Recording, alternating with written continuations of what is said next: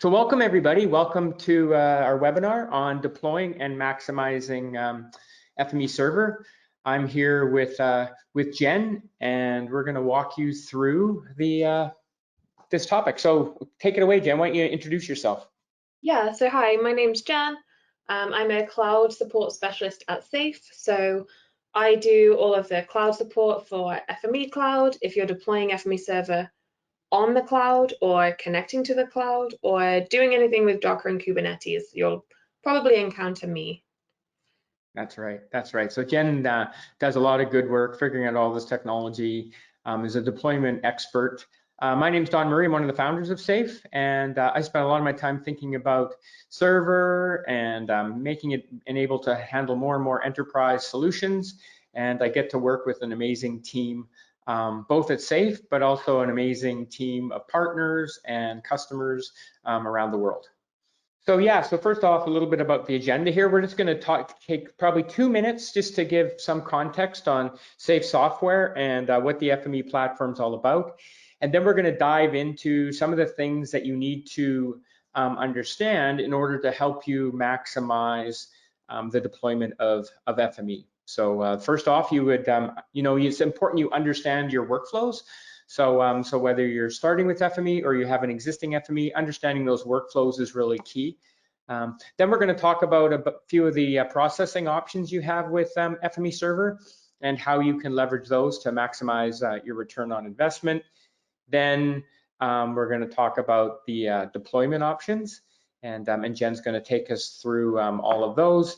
And then last but not least, we're going to have some demos where we're going to show Jen and I will go back and forth showing some of the deployments of FME Server in action. Yeah, so a little bit about SAFE software. We've been working with data, particularly spatial or location data, for about 25 years, over 25 years. Our business is we help organizations maximize data, and as you can see, we've been very successful helping organizations around the world. So data is growing in importance, and as SAFE continues to grow and location becomes more and more important to the organizations, we're helping organizations maximize the value of all data. We're deployed around the world, so you can see there are 128 countries sell FME. And the way we work is we have a partner network. SAFE focuses on building the product, supporting the community, having a bunch of experts like Jen who support both our partners and our customers, because our partners can deliver expertise face-to-face around the world. And there's nothing like being able to meet somebody local who really understands FME, who can just take your experience to the next level. So a little bit about the FME platform. So the FME platform has essentially two major components. The FME Desktop is where you build your data flows, connecting to databases, files, other systems, and move data, combine systems, just supporting a whole range of different data types, from spatial to traditional tabular data, to enterprise data, to raster, you name it, FME can support it. The server is what we're going to talk a lot about here because it is the one that has the deployment options. FME Desktop is a desktop application, as the name implies, and so it runs natively on either Win32, Win64, Linux, or Mac OS, and is a single machine deployment. FME Cloud is FME Server hosted, and so we're going to talk a little bit about that because it in fact is one really easy and attractive way to deploy FME Server. So the desktop, you can see in the graph there, it's no code, so you don't have to code in order to pull data together, and that really is one of our strategic advantages compared to other applications. If you have access to the data with FME Desktop, you can discover, start to understand the data, and build these no-flow workflows that can be quite complex and do many things. Data cleaning, validation, of course, is one big concern that everybody has, regardless of the data, and FME has some tools for that as well. Server. Jen, I think you're talking about Server. I am. So once you've built your workspaces in FME Desktop, as we just saw on the previous slide, you can publish that up to FME Server, where it basically gives you so many more options around how you run those workspaces. So you can see here, you can build your enterprise sort of applications around them. You can create schedules, you can create web applications, you can build automations in a GUI, just like Workbench, where there's no code, you connect things together, which you can see in the screenshot here. You can also scale out your FME Server deployments. So FME Server runs on engines, and each engine will process one job at a time. So it's really easy with FME Server to scale out and add more engines if you want to be able to process more workspaces at once. And the control, so cost effectively deploying your processing close to the source. And that's going to tie into a lot of what we're talking about today with your different deployment options. Yeah, so why FME Server? When people purchase FME Server, there's a number of benefits. The first one is by automating these tasks through that no-code interface, you're able to save a lot of time. And our tools are so powerful, you can automate not just the simple tasks, but also the quite complex tasks, and we're going to talk a little bit about that. Save money, of course. Now you have one tool that's very cost effective compared with other tools, but it can handle all types of data. There's other enterprise solutions out there, but they do not support location data. And with that growing in importance, that means you're probably going to need to purchase FME anyway. And the thing about FME is you can actually do it all, save money on training, and you're going to find when you look at the cost of our platform versus others, you're going to find it very, very attractive. Improved data quality. Data drives decisions, and the higher quality of the data, the better your decisions are. So it doesn't matter what organization you talk to, they're always concerned about data quality and how they can enhance the data quality, and that's another strength of FME Server.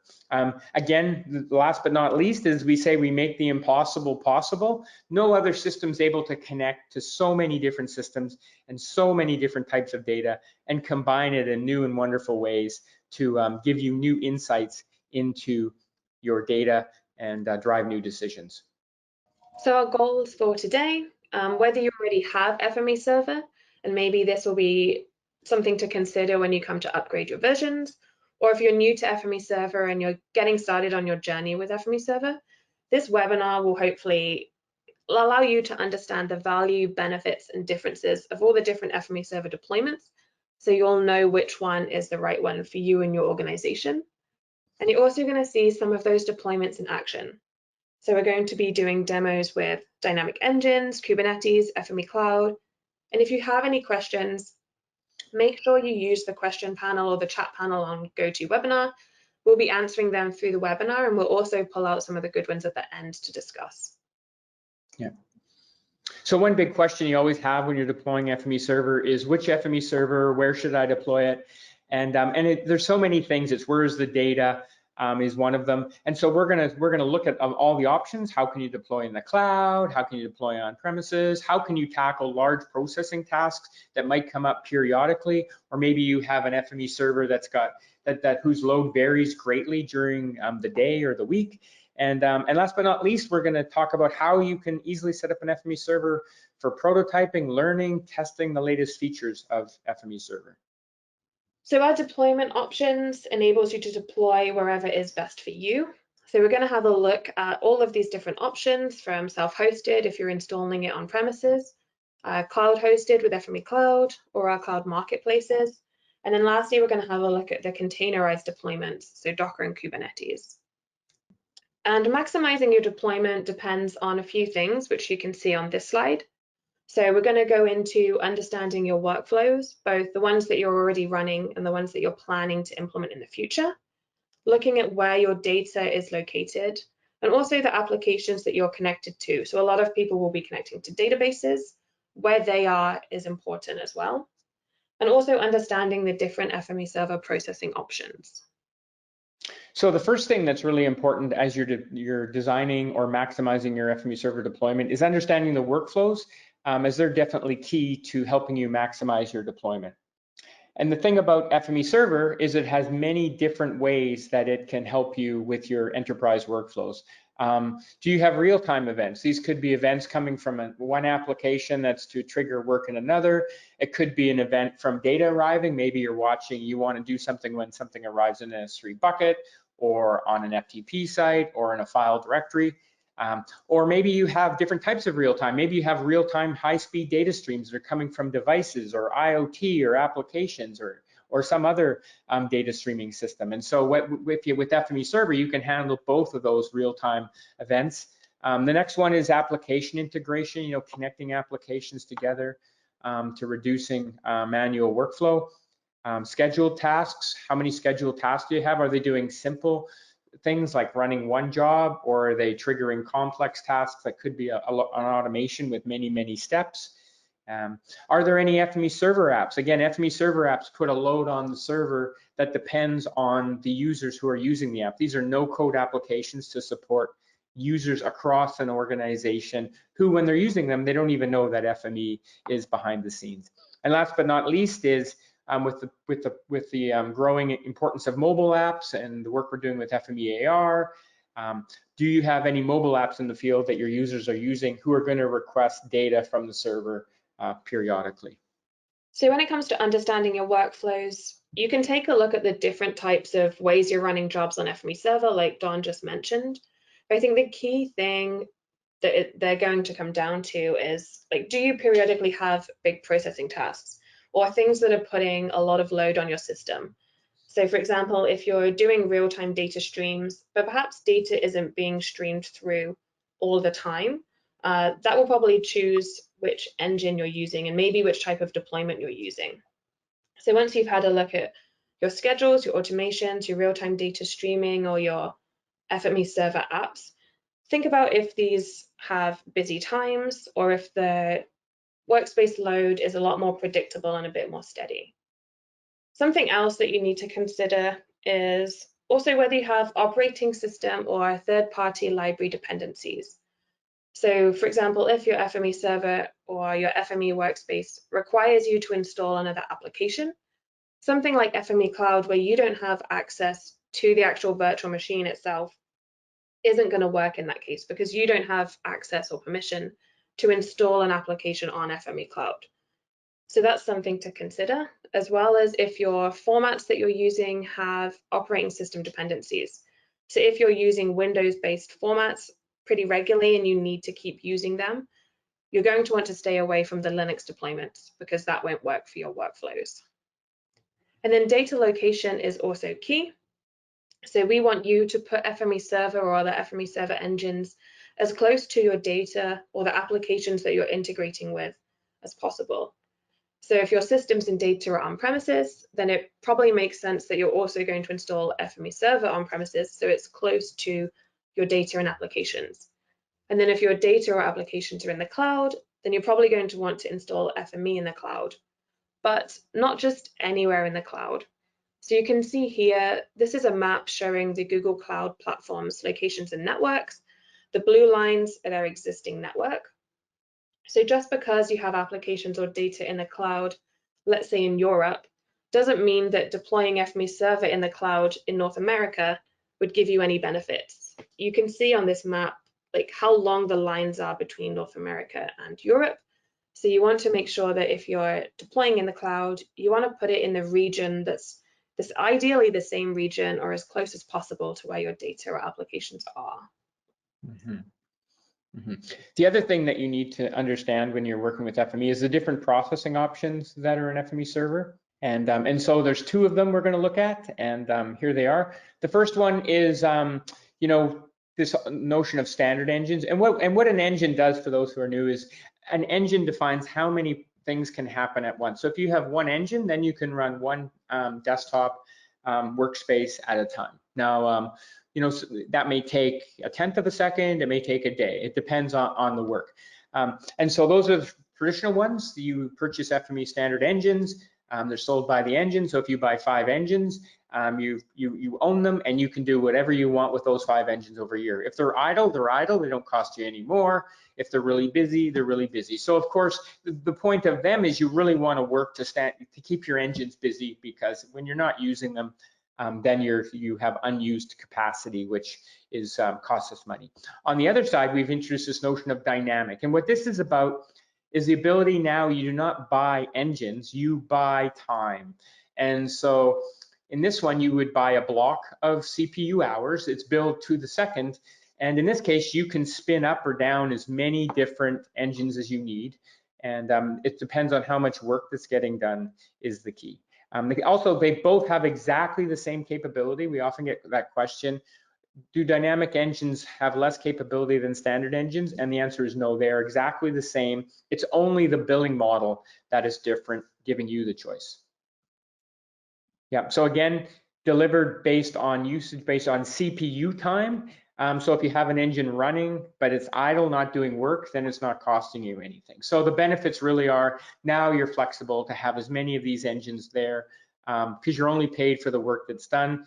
And these are, you're gonna see in some of the modern deployments like Kubernetes, serverless, things like that, where basically the whole notion is to scale up and scale down so you have capacity to meet the workload. In order to maximize your effectiveness is where it's is the key. When it comes to data streams as well, you might have a data stream, as Jen said, which is sometimes really busy and sometimes really quiet. Well, you could dedicate a dynamic engine to that because you know when the stream is very quiet that you're not paying for the CPU time. You're only paying for the CPU time, and during those quiet times, there's not going to be any CPU time. Because you're only doing CPU when you're doing work. So if you're deploying FME Server, definitely worth a serious look. Yep. So in summary, you only pay when work is being done, not when the dynamic engine is idle, or even in a workspace if it's waiting for data. So take a look at that, and definitely worth a look. And the thing is you can have as many dynamic engines as you want idle, just sitting there ready for work, and there's no charge for that. Okay, so now let's take a look at the different deployment options. So this is probably the most common one, is the self-hosted deployment. So you're responsible for installing FME Server onto your own hardware.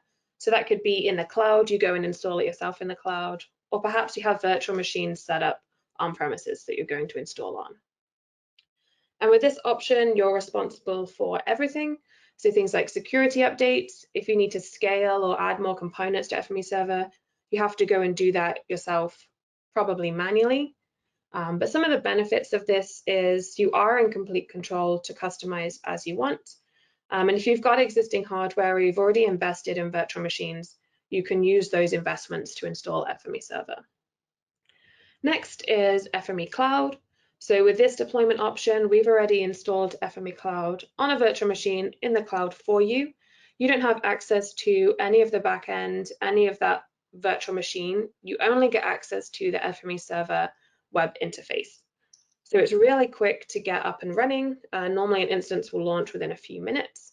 And FME Cloud will do the server maintenance backups and ensure uptime for you. And FME Cloud is also, I'd say, the only FME Server deployment that has a different licensing model. So with FME Cloud, you're paying for time per instance size. So if you've got a really big instance, that's going to cost you more every hour than a smaller instance.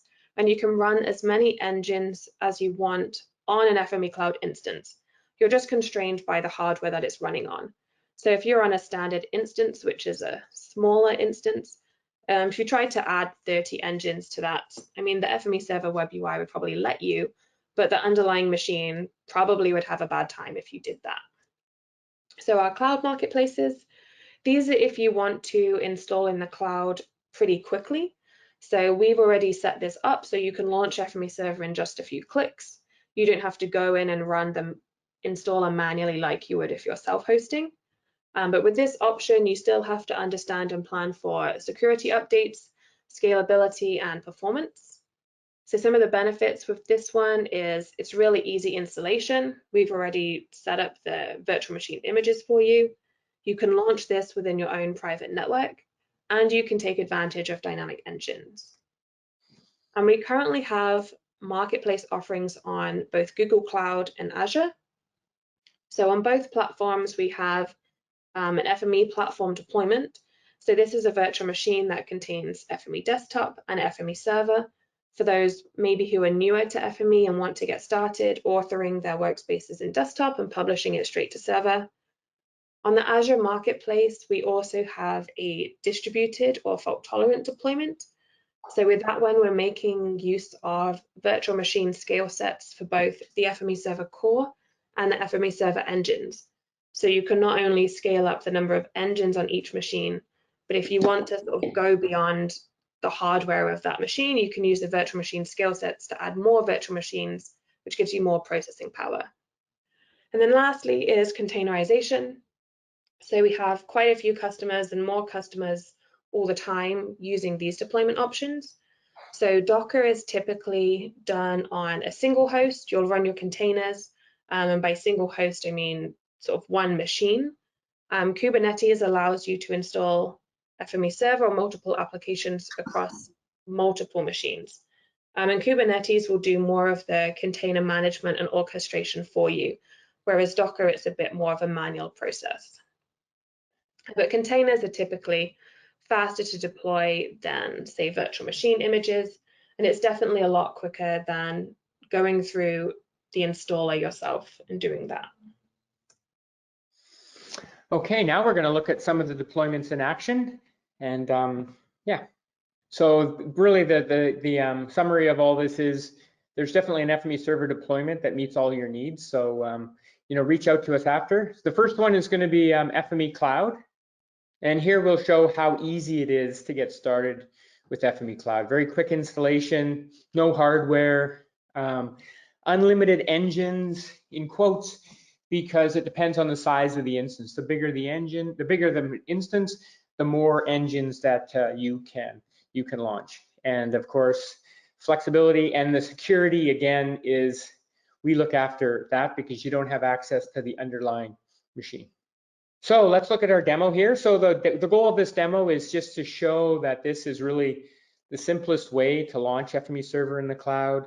The high points of this is your load is predictable. You know the size of the machine, that the instance you're launching is enough to handle the highs and the lows of your load. The data, of course, as Jen talked about, data gravity is a real thing. And so your data is mostly in the cloud. And so, you wouldn't launch an FME Cloud instance if your data was always on-prem. And it has easy vertical scaling. At any point, you can simply select a different size of instance and scale up to handle the peaks. And then you could also scale down later if you needed to. And of course, again, if you know your data is in the cloud, you want to launch FME Cloud into a region that is close to your data. And the result is that FME Server is up and running in minutes. And then you can, it's a full FME Server, so then you can able to, take all benefits of all the features of FME Server. Okay, so now we're going to do the demo. Okay, so I'm going to show how to launch FME Cloud. So to do that, you simply type fmecloud.com and you'll be redirected. Already a customer, you can sign up and get a $250 credit. So I'm going to go here, and it takes you to the FME Cloud page, and you can figure out how to start for free. Tells you what you get, the $250 credits, and then some of the use cases and benefits. And so I already have an account, so I'm going to log in. I'm going to use my Google, of course. There we go. And enter my 6-digit.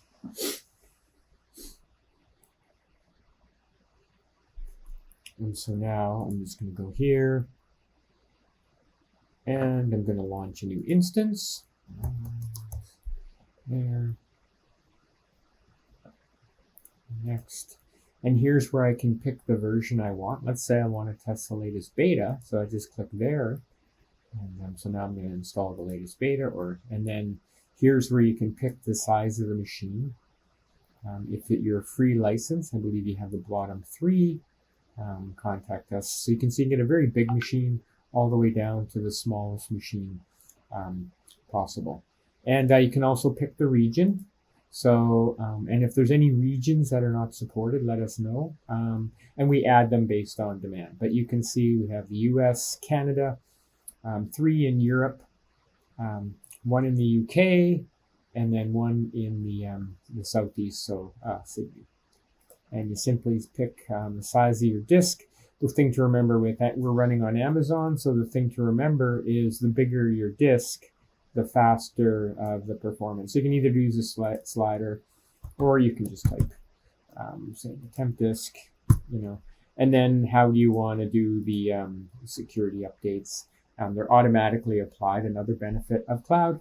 Sometimes you have to restart, and so you say next, and that's it. It's going to tell you you're going to get some alerts, and then you simply launch. And okay, and it gives you this nice summary here. I just went for a small machine, so it's going to cost me, if I left it running 24/7, it would cost me $690 US per month. So obviously, if I pause it and that sort of thing, and then I can go longer. So I'm going to launch, and this will take depends on the order of about 10, 15 minutes. And okay, there you go. It's running. So that took about 10, 15 minutes, and now I have a full FME server. So there you go. If I want to launch and log into it, I simply click here, and I'm given a URL, and away I go. I have my FME server right there, ready to go. So I'd simply download the credentials to be able to log in. The other thing I'm able to do, which is really handy, maybe I only need my my FME server at certain times, so I can create a schedule, and I could say that I want to start and stop my instance. Okay, so or you can start it and stop it. So you could specify, when. So this would be my schedule, weekday. I could pick the days. I could say Monday to Friday. I want it to start at 7 in the morning, and I want it to finish at 6 at night. And then I would simply say save. And then you would save. Now, for some other interesting workflows, is you can schedule a time for the instance to start, and then you could have it start, perform a task, and then using the REST API, you could actually have the task, when it's completed, shut down your server. And that way, if you have a periodic task you're not quite sure, maybe some heavy lifting, you could have a time when your machine starts, have it process the task, and at the very end, you could have the task running, shut down your instance. So we have customers doing that. Or you could just schedule a stop time. Maybe it's a machine that's used periodically, but it needs to be shut down. But sometimes somebody might forget to stop it, and so you can do that. So that's the other thing that's really handy with this. When you look at the instances, if you wanted to resize it, so that's the other thing. Maybe normally a starter, which is this, the really small one that's great for prototyping and that sort of thing. But maybe you need to resize it. So you can simply click on the resize. You would pick your instance type, professional, for example, and then you would click resize. And then in a few minutes later, you would see that it's resizing. So you can see this is, first it has to stop the instance, and then it brings it, and then launches it into a new instance. And so now it's waiting for the backup to complete. And so now it's booting. So we're just about up to the new size, which is professional. Okay, and there you go. So what I'm going to do now is I'm just going to show you some of the other nice things about FME Cloud. I will log into here. What I'm going to do is you download the credentials. So I'm going to do that. You can do that exactly once. Yes, you will see my credentials on here, but by the time you get it, this machine will no longer exist. And so don't get too excited. Okay, so I'm going to open my credentials file here. Come on, there it is. And I'm just going to copy this. That's the user and password. And so now I'm going to go here and I'm going to log in, and super user, and I simply paste in that string and I click login, and by default, and by default, I'm going to look engine management, get rid of this stuff. By default, if I look at engines, you're going to see that in this case I have 1 because I started as a starter. But what I can do is I could just go 10, right? Now when I end to go change, and then instantly I have 10 engines. Now I can do this because I know the capacity of the machine. Now you need to realize that each machine does have a memory load on it. And so, but if you know the type of workflow you're doing, maybe you're talking to a lot of web services and each engine isn't doing heavy duty grinding, then you can have more engines. By default, if you're doing heavy grinding, we say, 1 engine per core. But again, you have to also look at the CPU and the memory usage, because if you're doing big grinding, then you want to give the engine more memory. But anyway, so there you go. And it is a full engine. We can go back over to, full server with 10 engines now. If we look at deployment, you'll see that, and there's 10 of them. They're all standards. On FME Cloud, you don't have to worry about dynamic versus standard. You can just launch standard because you're not charged per the engine time. You just are paying for the machine it's running on. Now, if we go to FME Cloud and we click on monitoring, by this time we should have, there you go. So now you can see the memory usage with 10 engines. It's, we have, we're using, it's way down here. So this red line is how much memory we have, and you can see the amount being used. You can also see the engine count. We started at 1 and we went up to 10, the network, the response time, all sorts of good stuff. So there you go. And then when you're finished with an instance, you simply say terminate. And there you go. You got to type in the name so that you don't accidentally terminate the wrong instance. You say terminate, and that's all there is to it. The machine is then shut down. Okay, there you go. So now this instance is terminated and all billing is stopped. And if I had my $250 account, all of it would be stopped, and I'd be able to launch another instance at any time and continue to work on my $250 free dollars there. Okay, so our next one, we're going to look at containerization. So we're going to show a number of demos. I'm going to show the Docker Compose.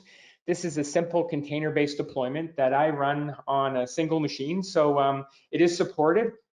And I use it for testing, pilots, proof of concepts, learning, and prototyping various new features. So if you have FME Server, you can use Docker Compose to deploy it to production. If you want to use Docker Compose to deploy it to production across multiple machines, you can do that as well. And if you have any questions, then you can reach out to us, and probably you'll end up talking to Jen. But it's a really easy way as well to experiment, understand dynamic engines, or if there's something new that's been released. FME Server, like any application, is a moving target. It's a great way to test out new features with a very low machine requirement. So in this demo, we're going to show the goal of this is to create an easy to deploy multi-engine FME server on a single machine. Or of course, you could distribute across several. In this demo, I'm just going to stick with 1 machine. And this could be for production or for quick testing, learning, and prototyping.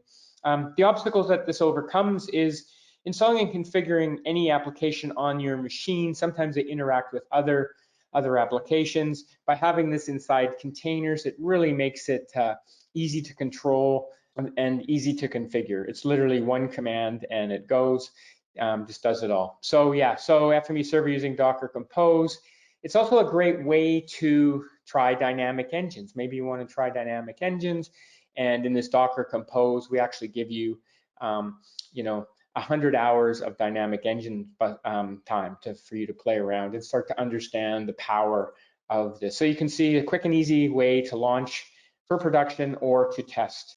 So okay, so now we're going to do the Docker Compose demo. Here I'm going to show how to launch FME Server within containers. I'm going to use Docker Compose, as this is what I use to launch it onto my MacBook Pro for testing, prototyping, and that sort of thing. So if you're looking for a way to deploy FME Server really quickly and easily, then this is a great solution to consider. We do have some that have actually deployed this in production too, so it's a fully supported offering, but it's just a great way to prototype and run it anywhere. So I'm just running it on my laptop. So here we go, free trial. Go to server, select containerized, and I'm going to choose Docker. Simply, it's lighter weight on one machine than running a Kubernetes cluster. So I click instructions. This opens up a community knowledge base article, and our community is a fantastic spot for technical information on how to go. So you can see lots of interesting stuff on the side there. I'm going to say FME Server for Docker, and I'm going to grab the latest beta that's been put up. Click there, and I simply download this docker compose.yaml file. That's all I do. So I simply download that, and now it's downloaded. There is in fact no FME server on this machine, and so I just type localhost, and boom, you can see that in fact there is no FME server on this machine before I start. The first thing. The next thing I'm going to do is I want to also play with dynamic engine. So to do that, I need to edit the BB. I need to edit the docker compose.yaml file. And you're going to see as you scroll down that by default, dynamic engines are not enabled. So what I'm going to do is I'm simply going to delete this. And so there we go. So now I'm going to save that. And that's all there is to it. So now when I launch my server, I'm going to have, by default, it'll come up with one dynamic engine and one standard engine. Okay. So now I'm going to go over to terminal. And I have my Docker Compose there. And so now I'm just going to go Docker Compose. Used to be one command, now it used to be by itself.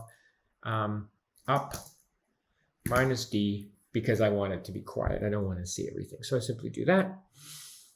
And then it's going to start the FME server. So you can see now I have the FME server started, and that's all there is to it. And so now I'll go back to Firefox. So I type localhost, and there you go. It's already up. I don't have my certificate set up, so I'm just going to go through, accept the risk and continue. And there you go. It's doing its thing. And now I have FME server running.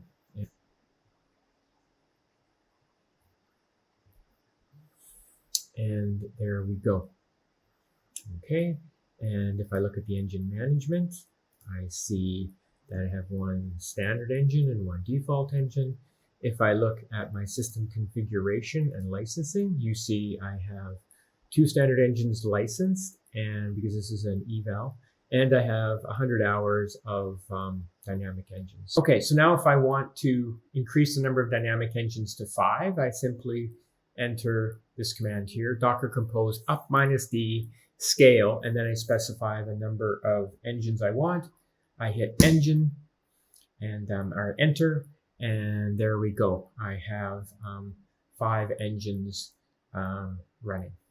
Here we go. And so now I refresh this, and you're going to see, you see that I have 5 dynamic engines, and I have my full FME server with all the different capabilities. So there you go. That's how easy it is with Docker Compose to build and deploy FME server on your own machine. So now we've had a look at Docker, which is running containers. We can move on to Kubernetes. So Kubernetes takes containers to the next level and was developed to solve the problem of manual container management, and is considered a container orchestration tool. So it lets you pool together resources and abstracts the hardware, so nodes or hosts, so you manage them from a single place. So just to give an example, comparing what Don mentioned with the Docker, Docker is typically installed in your deploy FME Server on one machine.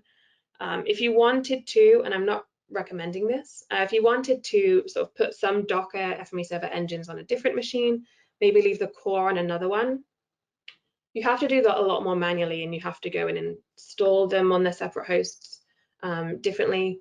With Kubernetes, you don't have to worry about any of that. Kubernetes does that all for you. And Kubernetes is also resilient, so it will repeatedly check the health of your containers and restart them if they're unhealthy to make sure that you're kept at your desired state. So if you've told Kubernetes you want 5 engines and 2 cores, if Kubernetes sees that one of your engines has gone down or it's become unhealthy, it will do its best to restart it. And while it's unhealthy, it also won't send any traffic to it. So if you've got jobs that you're submitting, Kubernetes will make sure those jobs don't get submitted to an unhealthy engine and you've potentially lost your work or your job. It also has smart bin packing, so it will distribute its resources across nodes based on CPU and memory requests. So you can also request that specific pods or containers are scheduled or not scheduled onto specific nodes, which we'll have a look at in a moment in the demo. And you also install FME Server with Helm, which is a package manager for Kubernetes. And I've just added this big warning on this Kubernetes slide, just to say that this is probably the hardest deployment that we've talked about today. So if you are interested in containers, I definitely recommend starting with Docker. There's definitely a learning curve from just doing the installer like self-hosted on premises, which most of you are probably used to understanding and sort of troubleshooting these container deployments. So I know when I first started doing all of the cloud support, Kubernetes and Docker was really tricky. There's a lot to understand with how it works, and with Kubernetes, you have to set up a cluster before you even get to installing FME Server. So I do recommend, if this is something you're interested in, take the time to learn and understand it before you jump right in, or you'll probably have a bad time like me. So with the Kubernetes demo, we're going to show an FME Server deployment running on Kubernetes, show how easy it is to install FME Server on Kubernetes and how low effort it is.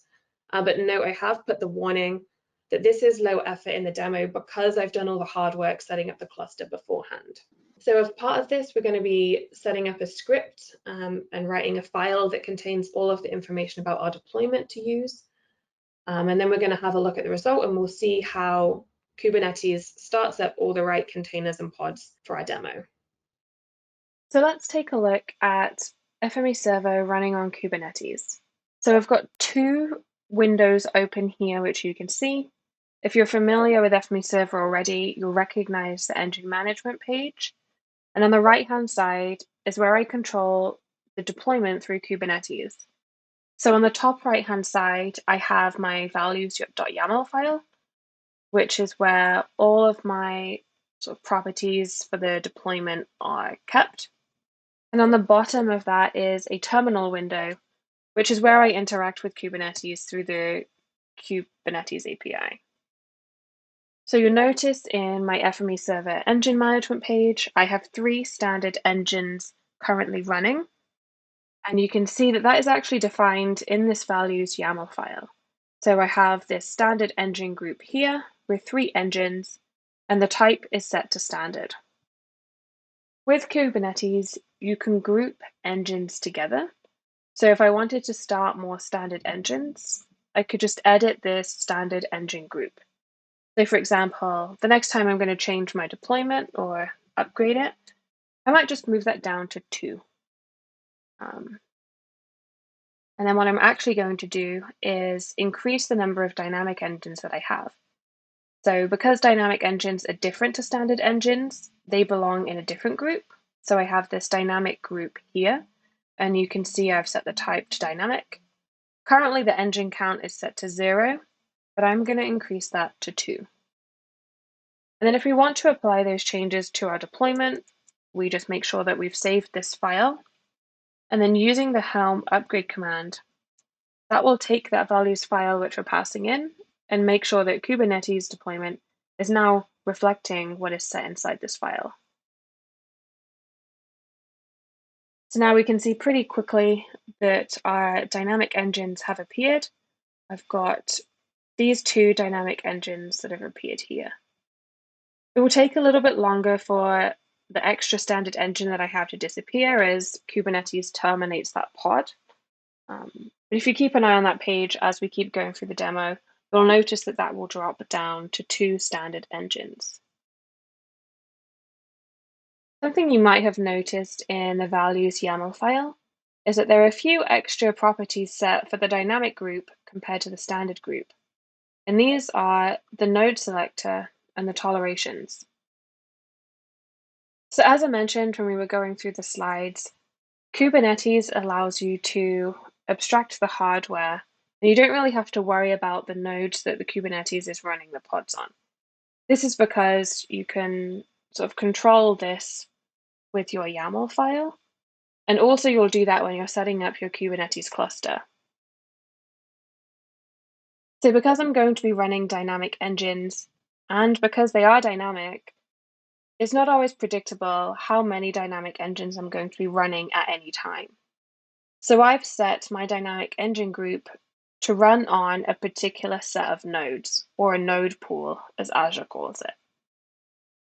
So in my Azure UI, if I go back to this page, you can see that I have 2 node pools currently running. The agent pool has just a standard general virtual machine type, which is this node size here, the standard DS2. And this is going to stay pretty static. So I don't have auto scaling enabled. If I want to change the number of nodes in my cluster for this particular node pool, I have to do that myself.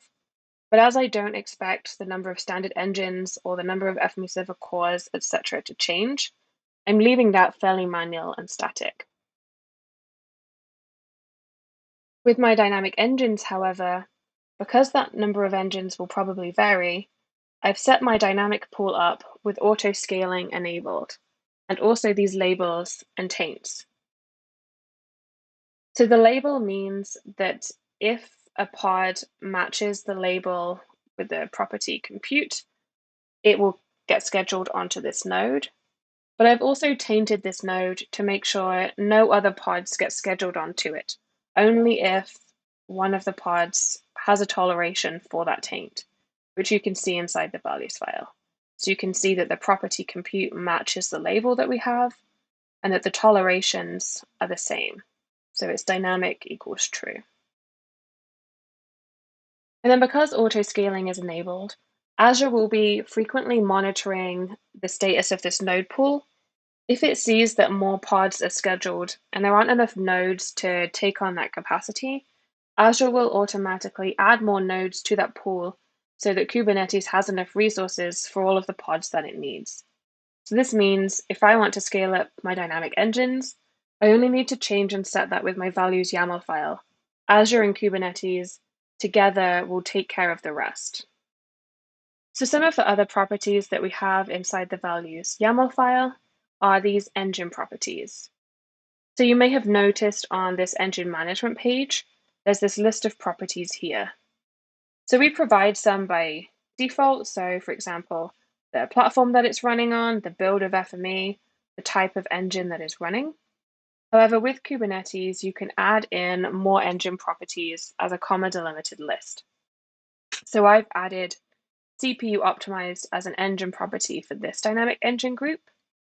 And then I've also added another dynamic engine group down here with a different engine property. This means that I can use these engine properties to assign different engines to different queues for my deployment. So the way that we can do that is by going to queues. This is where you'll create your queues. So I've created 2 new ones in addition to the default, the big processing jobs and a data streaming queue. And you can also set the priority here. So the lower the number, or closer to 1 the priority is, it means that these jobs will end up going to the top of the queue because they're higher priority. Once you've set up your queue, you can set up the job routing rules. So for example, I've got a contour processing repository which has some workspaces in. Any workspace within that repository is going to get processed on that big processing job queue that I created on the previous tab. You can also route jobs to queues based on metrics. We've started tracking workspace statistics such as percentage CPU utilization, CPU time, elapsed time, and peak memory usage. So you can also use those to direct your workspaces to different queues. The engine assignment rules is where you then choose which engines you want to be assigned to which queues. So in this example, any engine that has the property of CPU optimized is going to be added to the queue big processing jobs. So you can see for this engine group, which has the engine property of CPU optimized, if I increase this number to 20 engines, all of those 20 engines will automatically get added to the big processing jobs queue. And we can see that on this page. I didn't change the engines in here, which queue they belong to. That happened automatically once Kubernetes started those two dynamic engines for dynamic group 1. So now adding on from our Kubernetes demo where we saw how easy it is to add dynamic engines to our Kubernetes deployment and see those scale up, we can see dynamic engines in action. So if we want to process data whenever we want and as fast as we want and make sure that we're only paying for the work that is done, we're going to use dynamic engines. So in the demo that's coming up, we'll have a workspace that puts a lot of load on the FME server or increases the demand. And then we'll use dynamic engines, launch a lot more dynamic engines so all of those workspaces can get processed at the same time and reduce the queue a lot faster. We'll also see that FME server dynamic engines are only used when needed. So we can have a look to see where you would watch that dynamic time be monitored in FME server. So now let's go back to our Kubernetes deployment and have a look at dynamic engines. So let's see dynamic engines in action. So if you're ever unsure or you want to check how many dynamic engine credits you have left, on the licensing page of FME Server at the bottom, you can see the section for dynamic engines. So the number of dynamic engines that you can run at any time is unlimited. You're not restricted for that. But the amount of credits that I have is listed to the left of that. So you can see I have well over 14,000 hours of credits available, which I'm not going to use all of those in this demo. I do, however, have an automation which we will use dynamic engines to process the data. So if we take a look at the automation, this is going to be triggered manually. I'll set this to run myself in a moment. And the first workspace is reading a directory and pulling out all of the contour shapefiles within that directory, and then passing those to the second workspace, which will process that contours data and output it somewhere else. So this first workspace will generate many jobs downstream in this one, which we will process using dynamic engines. So now let's go and trigger this automation. We can go and have a look at our running jobs page. You can see already it's starting to process those contours. And you can see that it's only processing 2 jobs at a time, but we have in our queue 21 jobs here. So if we want this to process faster, we're going to need to increase the number of dynamic engines that we have. So we'll go back to our values YAML file and do that. I'm going to increase this to 8. And then again, once again, use that Helm upgrade command to change my FME server deployment. So if we go back to the engines page, we should start to see more dynamic engines appearing. And we can also keep an eye on the status of those pods in the command line. So we can do Kubernetes get pods. And I'm going to add this watch flag. So as the status changes, we'll see new lines appear at the bottom here. So at the moment, we can see quite a few dynamic engines are pending. These may also take a little while to start because if they currently don't have enough resources for Kubernetes to schedule them onto a node, we need to wait for Azure to scale up that node pool to make sure that there is enough capacity to cope with those engines. So you can see no more engines have started yet. We're still at 4 with 2 dynamic engines. But if we go to the dynamic pools page and refresh this, we should start to see the number of running nodes increase from 1 to 2. And now you can see that 1 out of 2 nodes are ready. It looks like it's starting up that second node. Oh, and you can see it's already scaling up pretty fast. It knows how many engines we need, so it can work out how many nodes it needs. You can see 3 out of 4, now 4 out of 4 nodes are ready. And we can also see in the terminal window that it's starting to create a lot more of those dynamic engines. As soon as those containers are marked as running down here, we'll see those appear on our engine page. So the first time a node starts up as well, there will be a delay whilst Kubernetes goes and pulls down the images of the pods that it needs. So it has to go and download those engine images so it can start the containers based on those images. And that can take a little while depending on the size of the image that you're pulling down. And now we can see a few more engines are up and running. They've appeared in the web UI. So now we can go back and check our running jobs page. And we should see now that it's processing 4 jobs at a time. And as more engines start running, we'll see more jobs running at the same time. Now the next 2 engines are up and running. This has jumped up to 6. So I did size my nodes so 2 engines could run on a node, which is why we're seeing 2 at a time become available. And then as the last 2 start up, we should see this go to 8 running jobs at a time. And there we go.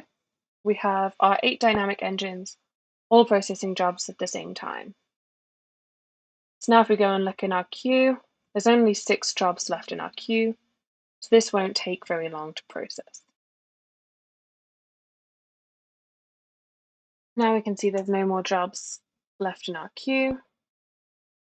There's only 7 engines working now.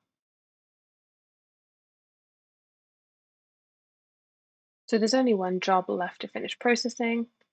If we go back to our engines page, we can see that it's this one, as the job ID is linked here.